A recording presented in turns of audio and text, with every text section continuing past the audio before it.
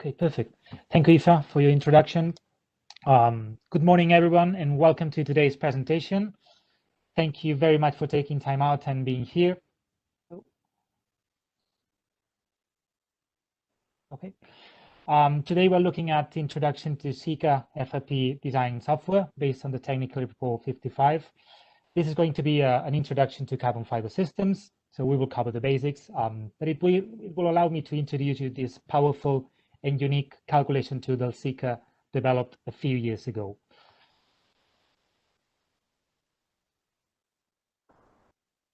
Just a second. So I would like to apologize in advance because this is the first image you will see today. My name is Edgar Genoe and I am from Barcelona. And yes, this is why I've got this funny accent. I'm a construction engineer and I joined the technical department of Sika Spain in 2015. Then in 2019, I was transferred to Sika UK to join the refurbishment division as an area technical manager covering the Greater London area. Before we crack on, I would like to thank our marketing department, especially my colleagues, Aoife Morris, Cheryl Douglas, and Sarah James here for their help and support. So let's start.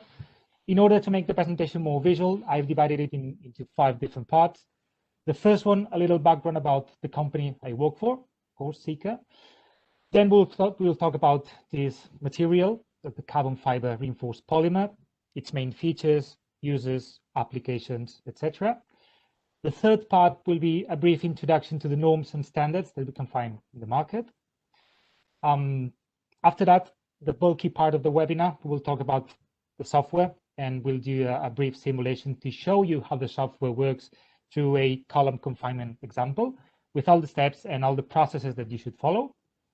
And as Aoife said, we will be running a live Q&A at the end of the webinar. So if you have any questions, just pop them in there. And if you miss anything, don't worry, we'll be sending around the on-demand recording when it's available. So first of all, who are Sika? This little red triangle represents a Swiss multinational company that manufactures chemical products for the construction industry with a huge turnover. As you can see, loads of factories, loads of employees as well.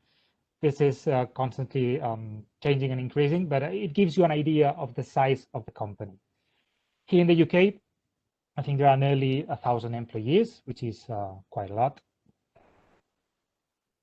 I always have my presentation with this picture because I find it very cool. This is the first picture of the first product applied by the first specialist contractor ever in Sika. The product was called Sika 1. Yes, a very creative name. It was a waterproof mortar. It was applied in the Gotthard Tunnel in Switzerland, of course. And the thing is that we still manufacture this product, and it's actually one of our favorites. And the picture was taken in 1910, so 111 years ago.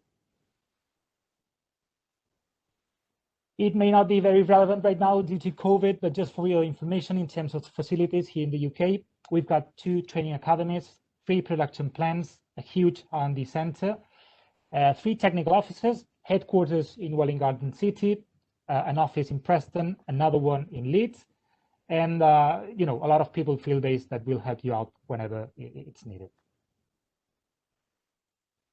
As I said, I'm part of the refurbishment division, which means looking after projects that require repair mortars, protective coatings, structural strengthening, corrosion inhibitors, and cathodic protection as a technical solution. Just a few examples of the projects that we usually deal with. We've got bridges, water treatment plants, ports, jetties, harbors, power stations, residential buildings, railways, highways, multi-story car parks, sorry. So to sum up, big reinforced concrete structures that need to be repaired or strengthened or protected. And of course, it's not only about products. Some of the services that we offer, we can carry out site surveys, we can provide you with specification reports, we can do trainings, and of course, we work with the best specialist contractors in the construction industry. So to sum up, we love to be part of the project process. So let's go with the first part. You've probably seen pictures like this in the past. The left one actually is one of my favorites. And this is not Sika rope, I promise. So if we are concerned about the weakness of our structure, we can look at the option of some form of external reinforcement bonded to the concrete. And that will be carbon fiber, and what today we will be looking at. So based on that, we should first understand why structures need to be strengthened. We could point out loads of reasons, but let's highlight just a few of them. The first one, of course, load increase, increased traffic, more lanes, or maybe a change of use. This is one of the most common ones. For example, we've got a residential building and it's going to be reconverted into an office building or the other way around. And due to that, due to some new requirements, we need to increase the capacity of the structure. The second one, repair of damaged members. Well, for this one, I have to say that there are not many guidelines addressing this topic itself, to recover the lost capacity based on this damage, but it's worth mentioning. Another one, modification of structural system, a very common one too, cutout for lifts or new stairs or new machinery, removal of walls, etc. Improvement of the structure, pretty much the same as the first one, load increase, or maybe to improve the safety factors of an old structure. And the last one, to overcome errors in design and construction. I have to say that maybe that's not the best picture because we wouldn't be able to solve this issue with FRP, but it's quite common on new build where concrete is not reaching the capacity that was requested on the design. Therefore, FRP can become a potential solution for that. But what's the story behind carbon fiber? Well, actually, it was Thomas Edison, the first person to use carbon fiber filaments in some of the first light bulbs to be heated by electricity. And this was in 1879. But it wasn't until the 60s when Sika started getting involved in this business. So the first development we launched was a structural adhesive, an epoxy resin used to bond steel plates onto concrete structures. This new material replaced the old way of strengthening structures by using anchor bolts. So in 1967, the first product we developed was called Sika Dur, and the first test was carried out in 1970 in order to see the long-term performance of this epoxy resin. Actually, this test is still ongoing, and we've been monitoring it since then, taking measures of how the beam's been deflected and how the material is working and performing. So thanks to that, we can confirm that after all these years, the adhesive is still performing perfectly well. So once the epoxy resin was developed, Sika kept looking for an alternative to steel plates because, there were and there are many drawbacks when it comes to steel plates. For example, welding is not possible because we would burn the epoxy resin behind the plates and that would compromise its performance. So most of the times we must weld first all the steel plates in the floor and then lift them up and bond them to the concrete. And as you can imagine, that's not very convenient. Another one, steel plates are submitted to corrosion too. And in most of the cases, the steel is so heavy that we need to place some props while the resin is still fresh. So to sum up, some of these drawbacks were so critical that we had to look for an alternative. That's why in 1982, Sika started to test this new material called Carbon Fibre Reinforced Polymer, FRP, CFRP, carbon fiber, whatever you want to call it. And actually, all the technical information regarding this test was gathered in a PhD thesis in 1989. So if you are curious, here you have the reference, which should be available online in case you like to have a look. But finally, in 1991, after loads of tests and trials, we released this solution to the market, the first application of carbon fiber plates for structural strengthening of a bridge. It was the Ibach Bridge in Zurich, of course. And here you can see the first video introducing this new material, quite old-fashioned, coming from the early 90s, I have to say. As far as I know, there have been no issues in this bridge, and the material is still performing well, so fingers crossed. And then in 1996, the first application here in the UK, which was the King's College Hospital in London with 1.3 kilometers of carbon fiber plates. So the big question would be, what is carbon fiber? Well, this is it. Millions of little hairs stick together with epoxy resin with a high tensile strength that we will use to strengthen structures. As I said, we need two elements, fibers and epoxy resin, but let's describe the material itself. CFRP stands for Carbon Fibre Reinforced Polymer. It means that all fibers are gathered in an epoxy resin matrix, so basically we get what we call a composite, which has a very, very good behavior under tension. Okay? And to get an idea of the size of the fibers, on the right side, you will see a real comparison between a human hair and a carbon fiber, which is, as you can see, only a 10th part.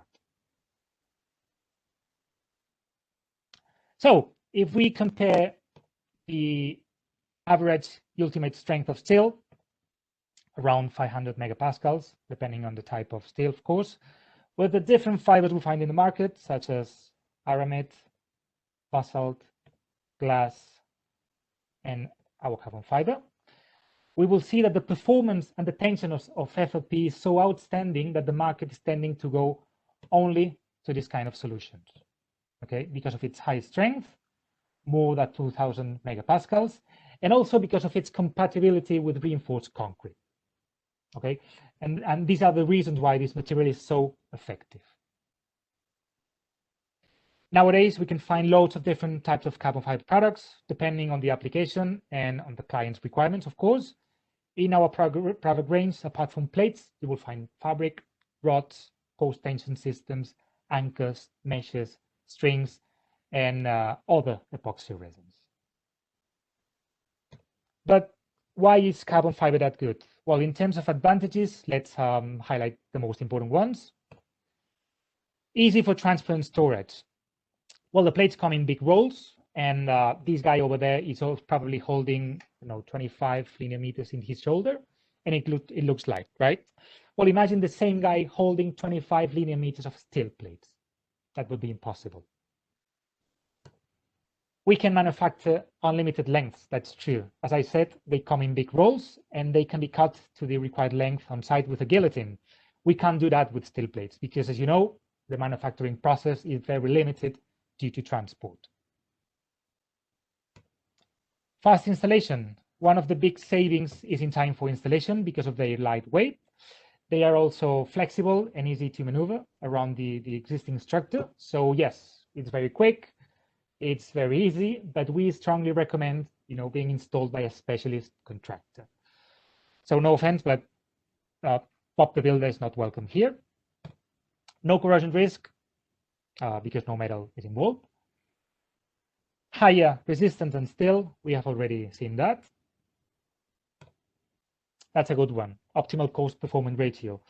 Perhaps the material is more expensive than steel, but try to remember a traditional way of strengthening structures by using steel plates. The props, the scaffolding, the time, the transport, storage, manpower, machinery. You don't need that to install carbon fiber. Lower temperatures and higher humidity allowed. And the thickness. We are talking about 1.2, 1.4 mils for plates and 0.2 mils for fabric, plus 1.5, 2 mils of the structural adhesive, so really nothing. And the last one, the system can be overcoated. As long as we apply an extra layer of epoxy resin and we broadcast it with some sand, it can be overcoated with a paint, a repair mortar, or one. It can be used to increase the load capacity on flexure, on shear, and compression, and by that we mean column confinement. For flexural, 90% of cases we'll use plates, and well, you don't have to remember that, of course, but the name is Sika CFRP. So right here, this guy is holding 1.2 million pull-threaded unidirectional parallel fibers in just one single plate. We can say that it works as a rod, and that can be used in multiple layers. And this is how the packaging looked like. This roll is probably 100 linear meters long. So as an introduction, as a usual arrangement to show you how the plates work, let's take a look at this simulation. So we've got a beam, a reinforced concrete beam that is bending. That's it, and probably cracking. So since our plates are working under tension, because the fibers are working under tension, we will place the plates in the soffit of the beam. So the fibers, and this is one of the keys, will work in the same direction as the existing reinforcement. And this is a longitudinal reinforcement, as you can see. So once the beam started to bend, to deflect, these fibers will start to strain and to work under tension. And the same for the shear, okay?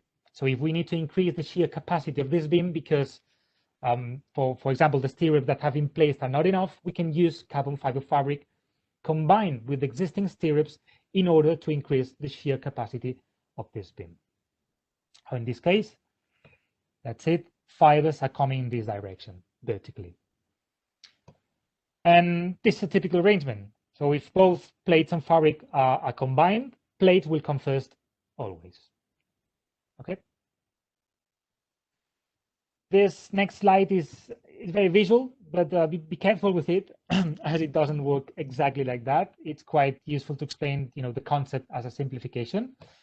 But yeah, if we've got a beam with a certain amount of rebars and we apply the plates, this will perform in a similar way as we would apply more steel, because this is a complement to the steel. But I insist, be careful because plates are not calculated in the same way steel is. And the same process for stirrups and shear. Okay, so this is conceptually how it works. But remember, it's not that straightforward. We need to do some calculations previously, of course. So in order to, just 1 second.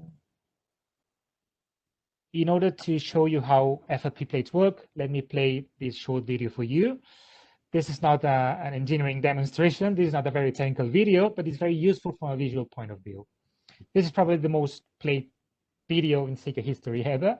This comes from our colleagues in Sika New Zealand, and it's an item demonstration of how a concrete beam is working without any reinforcement and how it would work when the plates are applied. Okay, so we are comparing two different beams. One of them is reinforced with our plates. So here we've got Peter first, and no surprise here. Yeah, the concrete beam doesn't have any steel reinforcement, so in real life it wouldn't collapse that fast, but it's just a demonstration of how we can improve the performance of this beam by using only FRP. Here we've got Peter again, and John, and Gary, and Bob.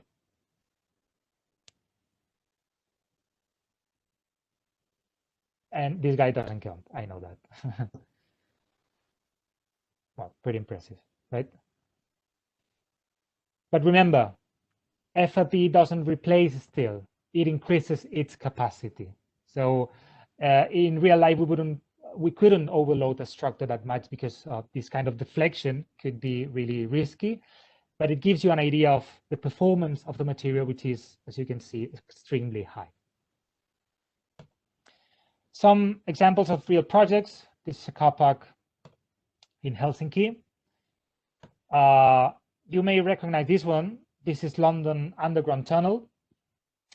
Here we had to use the ultra high modulus plates for metallic structures, 1.3 kilometers to provide long-term strengthening to over 90 cast iron beams.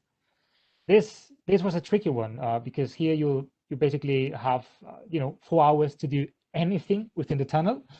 So that from getting the equipment and carrying out the works, which includes the grid blasting of the girders and the corrosion protection of those girders. So yeah, it was quite a challenge, to be honest.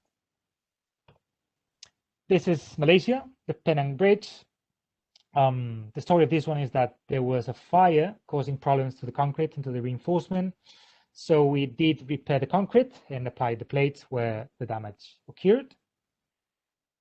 And the Holy Lane Bridge in Surrey, again, one of the most iconic case studies we've got, 5,000 meters of plates and 1,000 meters of rods installed.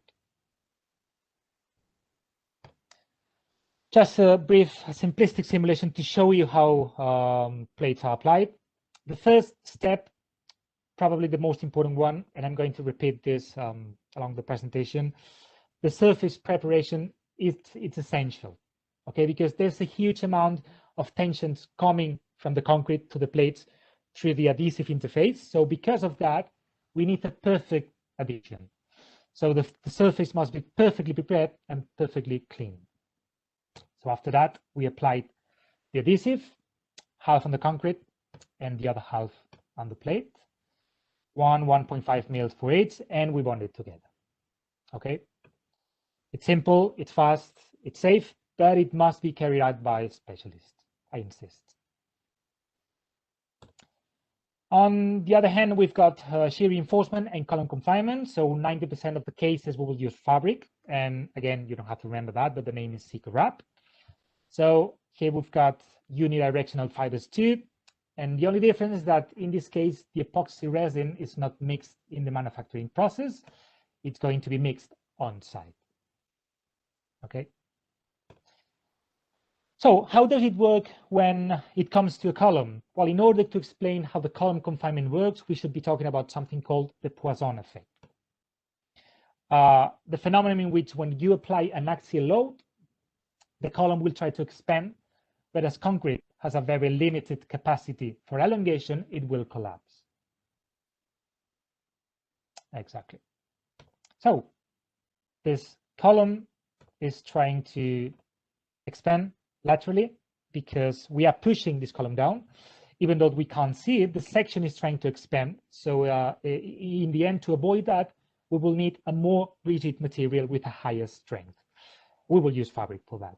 So the fibers of the fabric will come in the same direction as the existing stirrups to restrict the lateral expansion of the column, reacting to the loads applied. So to sum up, fibers will take tension from the column. Therefore, we will increase the load-bearing capacity of the column by confining it with fabric. A few case studies where fabric was applied. This is a lab in Mexico with shear reinforcement and column confinement at the same time. And this is Colombia, historic masonry chimney, strengthening purely for seismic loading. And again, a simplistic simulation to see how fabric is applied. Remember, surface preparation is essential. So in this case, it's a dry application process. So we will use an epoxy resin with lower viscosity, only applied to the concrete substrate. And once the fabric is placed, the resin will go through the fibers to make sure the fabric is totally impregnated. Okay, do not worry, we've got all the technical information and processes described in our method statements, which are at your total disposal if you like, of course. So in terms of geometry and its influence for circular sections, you should know that the efficiency is higher because the confining pressure affects the entire section. On the other hand, for square sections, though, it's a little less efficient because part of the cross section remains unconfined. Rectangular sections will work in a similar way, but you must remember that there is an aspect ratio, which is 2:1, according to the ACI 440. And yeah, one of the most important things. Corners must be rounded, and this is for two reasons. The first one, to increase the efficiency and effectiveness of the strengthening, and second one, to reduce the risk of failure. Okay, so try to avoid sharp corners because it could damage the fabric. Exactly. So another short clip. So we take two concrete columns, identical in size, weight, and strength. The only difference being that one has been wrapped with carbon fiber fabric. So that's it. we put the unreinforced one into the compression test.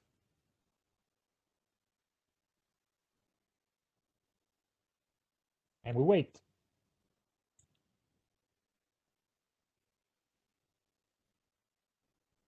And within a very short time, the unwrapped concrete fails. Okay, and remember this value.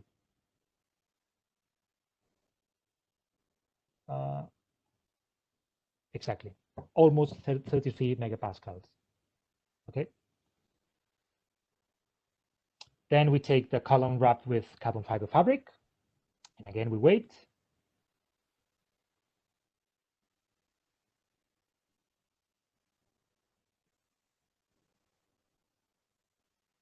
At this point, the unwrapped column had failed, and it finally fails right now. Exactly. So remember, the first one was 33 megapascals, and this one almost 70 megapascals. Quite impressive. Okay. Some common mistakes that you should be aware of. We need the column to be fully wrapped. If not, it won't work. Columns with expansion joints, we could say, must be treated separately. Be careful with this type of sections and geometries because we've got a potential debonding failure right here. And remember the 2:1 ratio for rectangular sections. Exactly. There are some substrate requirements too. Probably the main one is that we need the concrete to have a tensile strength value no less than 1.5 megapascals. The concrete should be older than 28 days, meaning that water or moisture can affect the epoxy bonding. So make sure that the moisture content is below this 4%. If we need to undertake some concrete repairs, I would suggest using epoxy mortars rather than cement-based ones. This is again because of the moisture. And yeah, my favorite topic, surface preparation. It's essential. So latent and contaminant-free, open texture, and a leveled surface. But how can we measure the tensile strength of the concrete? Well, by doing what we call a pull-off test with this little orange device. And how does it work? Well, we just have to stick these little steel dollies onto the concrete surface with epoxy resin. Once the resin is cured, we pull off with this device and we get a figure that should be no less than 1.5 newtons squared meters. With that, we assure that the epoxy resin won't crack the concrete due to tensile. And if we don't get this value, this will be the outcome, and we don't want that, of course. So to recap, let's have a look at the main points covered. The first one, carbon fiber only works if it's under tension, because this is a passive strengthening system, okay? The second one, carbon fiber has to be installed in those areas where tensile stresses occur. It has to be designed by an expert engineer. It has to be installed by an expert contractor. And of course, surface preparation is essential. And the last one, each system has its own design parameters. Okay, let's talk about norms, norms, standards, and design guidelines that we can find in the market. I have to say that this part is very, very important because, you know, the aim of these norms is to make our life easier, actually. Because in the past, when we launched the first FRP product in the 90s, there were no guidelines for the designers to follow in terms of how to carry out a proper calculation. But now the material is so consolidated in the market that we've got many international guidelines, and it's important for you to know which ones are. So basically for us right now, the most important guidelines that we have in the market are the Technical Report 55, TR55 from the Concrete Society, and the ACI 440 from the American Concrete Institute. The approach is different, but in the end, the reliability is the same. But of course, we are in the UK, so it doesn't make any sense to go to another one. But there are others. For example, In Netherlands, they've got the CUR91, which is quite similar to TR55. In Germany, they've got another one quite complex, to be honest, from a technical point of view, very difficult to bring into real life. We've got the CIA in Switzerland, which is a good one, and the Italian one, the CNR. This is a really good guideline, especially for seismic retrofitting, because as you know, there are many earthquakes in Italy, unfortunately. So all of them are okay, but for example, in countries like Spain, Norway, Denmark, Sweden, etc., we recommend TR55. And the reason why we do that is because it takes all the background of the Eurocode 2, just adapting the approach of FRP calculation. So in the end, we believe that this is the easiest and cleverest way for many of the engineers in Europe that are used to work under the Eurocode 2 for calculating concrete structures. So out of Europe, as I said, we've got the American ACI 440, well recognized worldwide, and we've got others as well in Egypt, Canada, Japan, etc. But basically, our recommendation for all those countries that don't have their own guidelines is to work under Eurocode 2 and TR55, and of course, ACI 440. Remember, TR55 is not mandatory, but it's strongly recommendable, especially for us here in the UK. And this is how it looks like. I believe that the first edition was published in 2000, if I'm not wrong. Unfortunately, this is copyright protected and can't be shared, but if you get a copy, you will find many pictures of our materials in it being installed by our specialist contractors. Of course, you will see all the other competitors too. In terms of improvements of this edition, the main one was probably that it was totally aligned with the Eurocodes, and also new materials and techniques came along. Of course, everybody were a lot more experienced, therefore the document could gather more information than the previous editions. Special mention to chapter 5, where load factors were updated according to Eurocodes. We've got interaction of fire resistance and fire engineering, and also the design principles for impact, blast, and seismic retrofit. There's also a complementary document called Technical Report 57, which deals with how you inspect and monitor these materials. There are only two things I'm going to highlight from TR55, and it's important for you to bear in mind.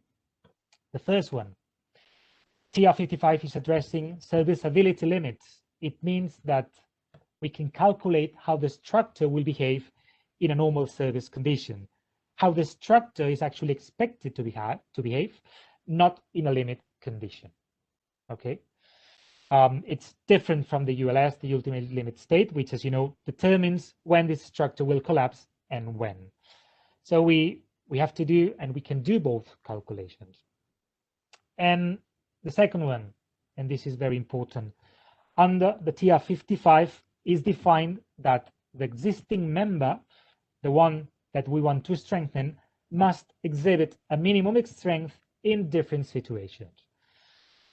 What does it mean? It means that if we are strengthening our structure with FRP after applying the new loads, it is mandatory to justify that our structure will not collapse immediately if we lose the FRP because of an accident, vandalism, or because of a fire situation.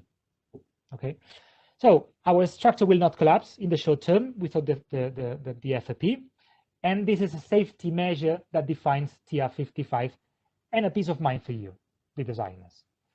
So when it comes to a fire scenario, which is the most frequently asked question worldwide, you know, what's happening with the fire, we may not expect an immediate collapse if we lose the FRP because of the fire. And this is because the structure should be strong enough to withstand for a certain period of time the new loads, of course, without the FRP. So it'll collapse in the midterm or long term, but not in the event of fire. Okay, so to sum up, if you are doing a calculation under the Technical Report 55, FRP doesn't have to be protected in a fire scenario. Okay, and the software, at least, Before we crack on, I would like to say just one thing. This software has to be used by an expert engineer, okay? And it can be us, because as you know, we can't be actively involved in any calculation process. Sika is the manufacturer, so we can't confirm, verify, or check any design, but we can give you the right tools to do it. And of course, you've got all our support. And that's the aim of this unique and powerful software, yeah? To make your life easier. That's what this presentation is about. So let's go with it. I mean, a few main features first. The first version of the software was launched in 2014. It means that this is not a trial version. It was developed by a company called Sika, specialized in creating calculation softwares for the construction and engineering business. The last update, I think it was in 2016, to include precisely the technical report 55.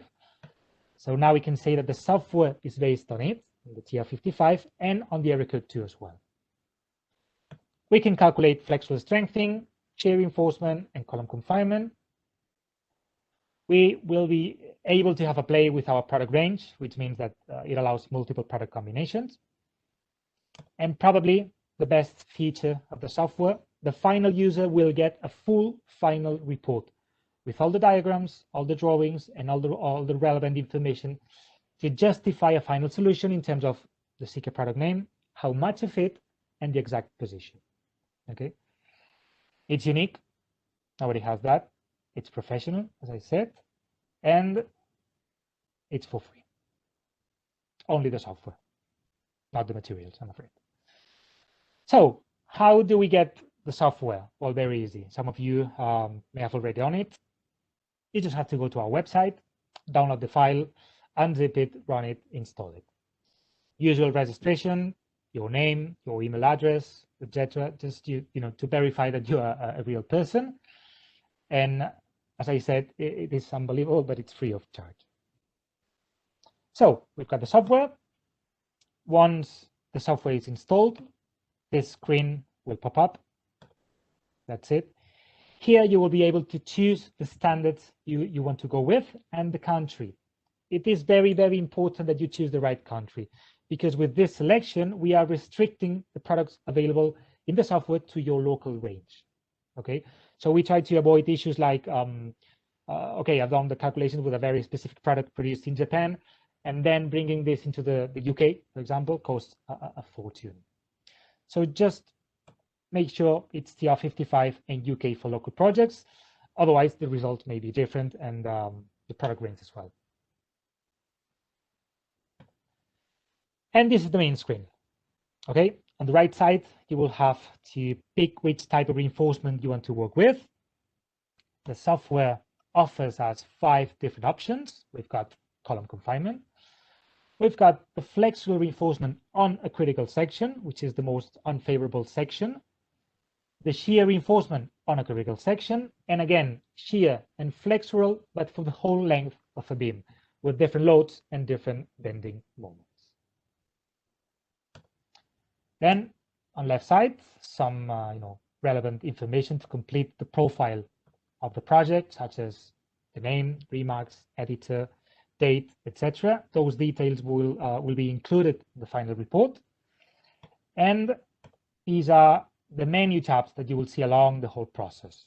You've got the project with the relevant information, the cross-section, geometry and strength, the reinforcement, which is the existing reinforcement, loads, existing loads and bending moments, the laminates, product, quantity and position, and section check and fire resistance, to check the performance of the structure. Actually, you won't have to input any data there. And the printout to get the final report. Along the calculation process, you will also find these little symbols. The yellow triangle means that the condition is not satisfied, but you will be able to go on with the process. On the other hand, the red circle indicates that the condition is not satisfied as well, but unfortunately, the calculation cannot be done unless it's amended. For all the diagrams and drawings, you will be able to, to zoom in, zoom out, pen, and also export them to other common formats. So let's see how it works by doing an example with a column confinement. So in this first screen, we will have to define the cross section. Left side, characteristic compressive strength of the concrete. We've got cylinder or cube specimen. The software will always transform it into cylinder. The user can also define the tensile strength of concrete, and if not, by default. But remember that we need a value around 1.5 megapascals, okay? And the same for the safety factors, which can be defined by us, or if not, they will be set up by default. The columns dimensions at the bottom of the screen. We've got square or circular. Please dimensions in mils, not in inches. And remember, the 2:1 ratio for rectangular sections. In terms of cross sections, actually, the software will allow us to choose between the following. For column confinement, we've got rectangular and circular. For flexural reinforcement, we've got rectangular, slab, T-beam, inverted T-beam, and double T-beam. And for shear, we've got rectangular beams beneath slabs, T-beams, and rectangular beams. So with all that, we will get the final section. Oh yeah, here you will see that the corners have been already rounded. As I told you, this is very important because this is a point of concentration of loads. So if you reduce this, and it can be done, the effectiveness of the carbon fiber fabric will decrease automatically. Okay. Then we click on reinforcement. That's it. In this section, we will be able to introduce the existing steel reinforcement. We've got the main steel, intermediate bars, diameter, number of bars, steel grade, and cover. Remember that is mechanical cover. So it's the distance from the center of the bar to the exterior surface of the concrete. And for circular sections, the bars will be homogeneously distributed around the perimeter. Then it's time to go to the next section to introduce the existing loads. That's it. Here in load section, we'll have to define two parameters. The first one, the permanent or dead loads, those that are relatively constant over time, for example, the flooring system, and the imposed loads, the ones that can change over time, such as people dancing in that flooring. For each of them, we've got axial loads, which is pure compression, or, very important, the bending moments. On the right side, and this is one of the main features about the technical report 55 that I mentioned earlier, we will get three initial conditions that the software must check to go on with the calculation. Exactly. These three initial conditions will be based on a combination of loads according to the Eurocode 2. And this combination of loads will have their own safety factors depending on two things: the category of the building and the use of the building, which will have to be defined by the user. Okay, we've got residential, commercial, etc., etc. So for the first condition, the software will verify if the existing member is able to support a minimum combination of loads if we lose the carbon fiber as a result of an accident, vandalism, etc. For the second condition, the software will have to confirm if the requested loads entered by the user, will exceed the strength of the existing member. This means that we are checking that the new loads are exceeding the existing capacity. If not, the outcome will be, okay, you don't need to retrofit your structure and you can leave it like that. And I know this is pretty obvious, but sometimes it won't be necessary to reinforce the structure according to this. And that's quite cool, I have to say, because it means that the software is being very honest. And the last one, which is very similar to the first one, the software will verify if the acting loads can be withstood by the unreinforced structure in a fire situation. But let's stop just for a while to clarify some fire situation concepts. The main thing you should know is this one. All this is based on the Eurocode 2 Part 1.2 General Rules Structural Fire Design, Annex A and Annex B. This is not made up by Sika, we're just following the norm. The second one, which you probably know, is that epoxy resin will fail at 56 degrees or 10-15 minutes. Therefore, the software evaluates the strength always of the unstrength element, as shown in the TR55 section 5.7.1, never with the FRP. Okay, and it uses something called the isotherm 500 method to do that. Let's have a look at it in more depth.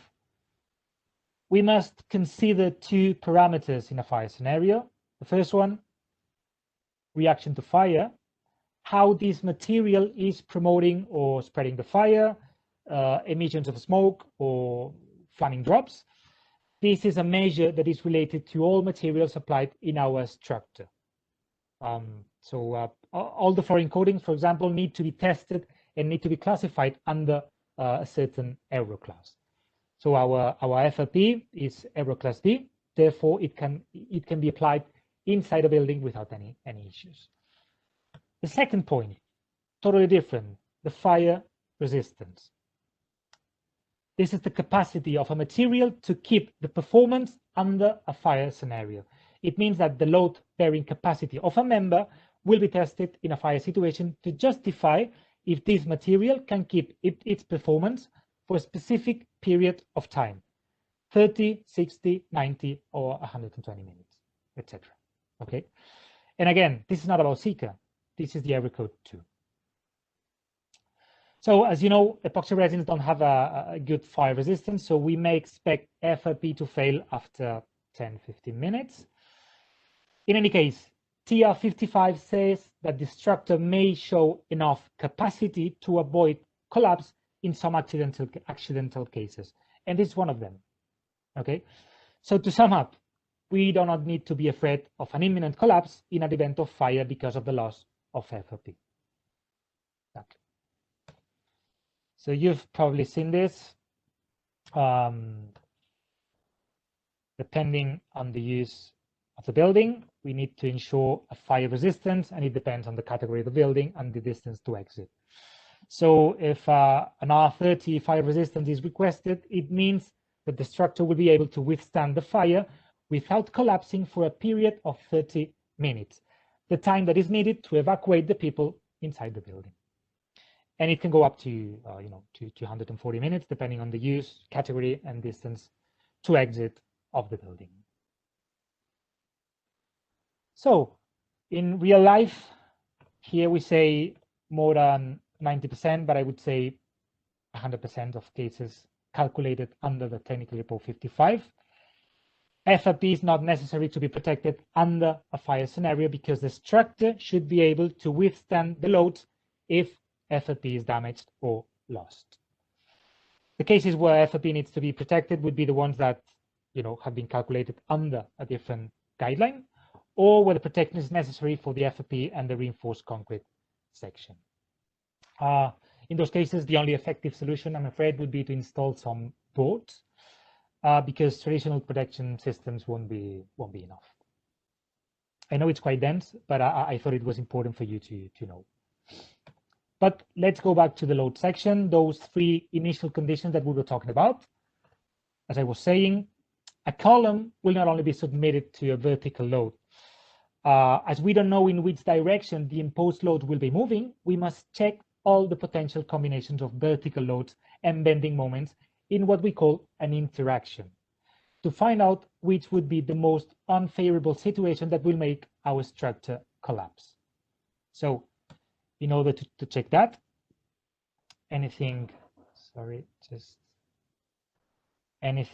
inside this red line, happy days. Anything outside means that the structure will collapse. And the same for the other two conditions. Bear in mind, though, that this is only a two-dimension representation.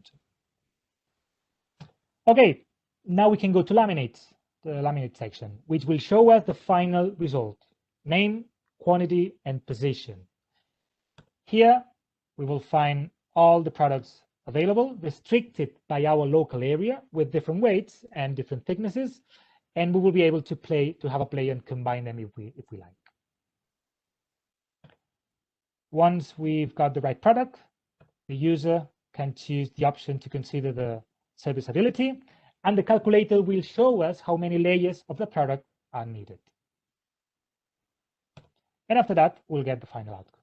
So in this case, the output is 3 layers of a product called Sika CFRP 231, bonded with an epoxy resin called Sika 330. Exactly.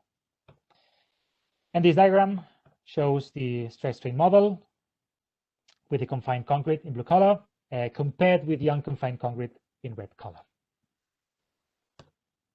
And here we'll be able to check the section in service, SLS, or what we call the ultimate limit state, the ULS, just before the structure is collapsing, to know exactly what's the maximum capacity of the structure.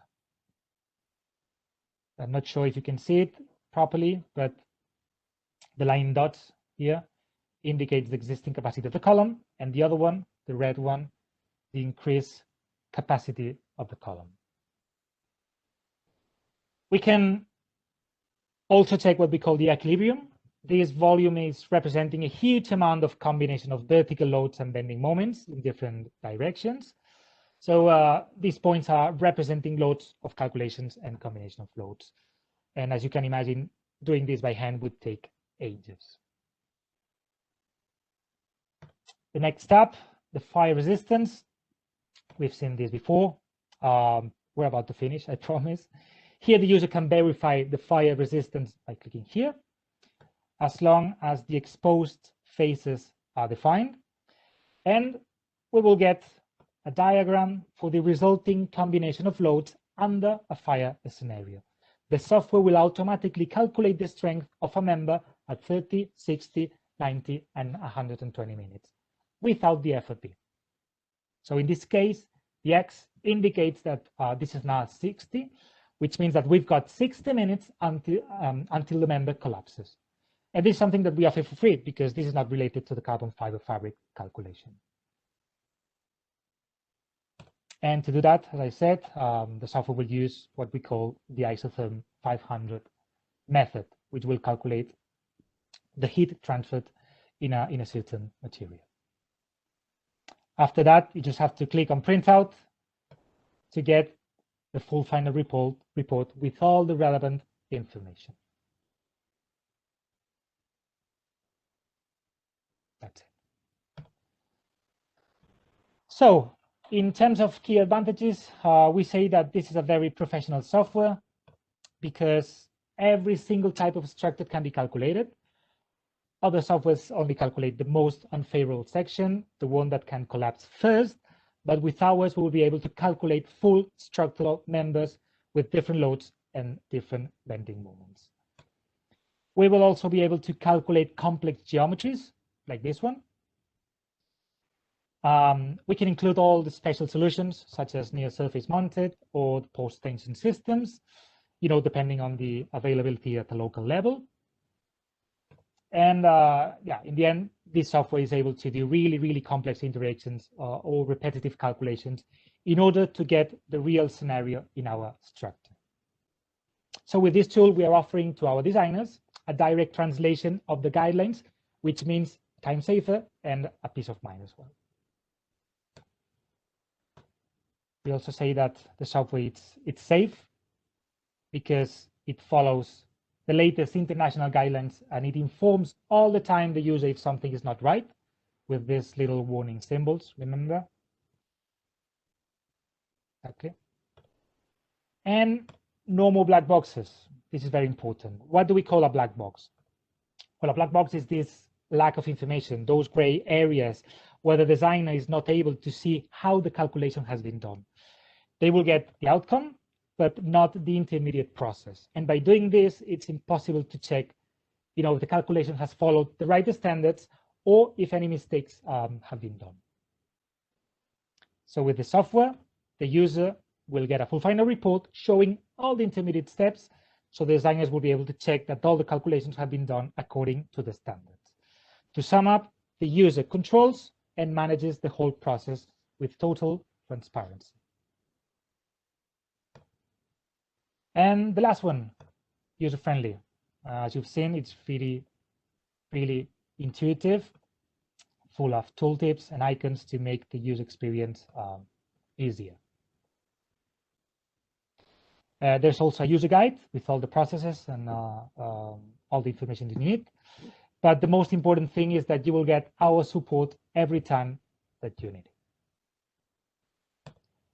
And that's it. Thanks very much for your attention. Let's go to the Q&A session. Aoife, over to you. Hi. Apologies for those on the call in terms of timings. If you are able to, Edgar's just going to stay on for another 5 minutes just to answer any questions. Just to reiterate, for anybody who needs to go off to another meeting now, you are going to get a recording sent to you, so you will be able to look back on this afterwards. So we've had a few questions come through. One that's come up a few times, Edgar, is how do you design FRP for a shear wall? No, I'm afraid that it's not possible to do it through the software. No, Okay. it would have to be done by hand. Okay. Another one we have also had through is, can we install a multi-layer of the strips with epoxy in between? Yeah, of course. As I said, it can be used in multiple layers as long as we apply an extra layer of epoxy. It depends, on each project and each situation, but normally it's up to 3 layers normally. But the software will inform us, how many layers we have to install. Great. We've also had a question about non-uniform shapes come in. So they've asked, how can I apply FRP on non-uniform shapes such as L-shaped columns or sections with joints in between? Well, as I said, this is one of the common mistakes that we normally do. Columns with expansion joints, we could say, they must be treated separately.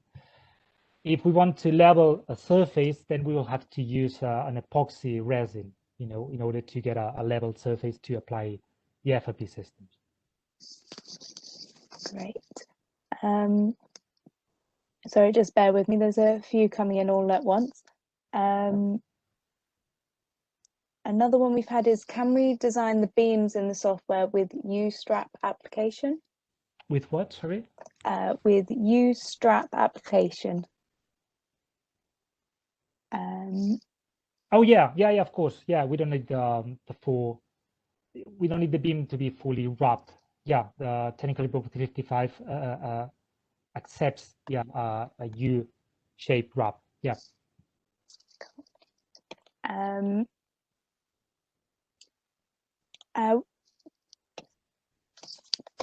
Apologies, it's just all coming in very fast. We've also had a question come in. How do you design the column beam joints? Do you have a recommendation or assumption? The column, sorry? How do you design the column beam joints? I'm not completely sure. I would rather, I will have to double check that because it's a tricky question, actually. Okay. I would need to confirm that, I'm afraid. We've also had a question come in regarding the surface preparation. Yeah. Someone asked, can you explain if there is a specific treatment that is mandatory? Yeah, we just have to make sure that it's a latent and contaminant-free surface, that it's properly leveled. In our method statement, you will find, all the processes and all the technical information that you need to know to get a proper substrate to apply FRP systems. But yeah, it depends on its structure. But yeah, it's all described in the method statement. So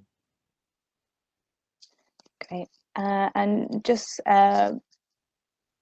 one final question so that we don't keep everybody too long. As I said before, we will get Edgar or somebody else from Sika who's very knowledgeable on the subject to come back to anyone whose questions haven't been answered.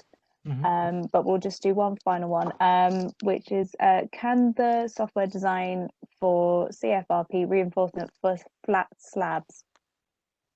yeah, slabs. Great. Yeah, it's one of the options that the software offers. Great. Thank you, everybody, very much for spending the last hour. Apologies again for running over slightly, and thank you to you as well, Edgar, for presenting. It's generated a very good discussion in the Q&A, and as I said, Edgar or another Sika representative will come back to you, and we wish you a very nice afternoon. Thank you, everybody, for joining. Thank you very much, Ifan. Thank you all.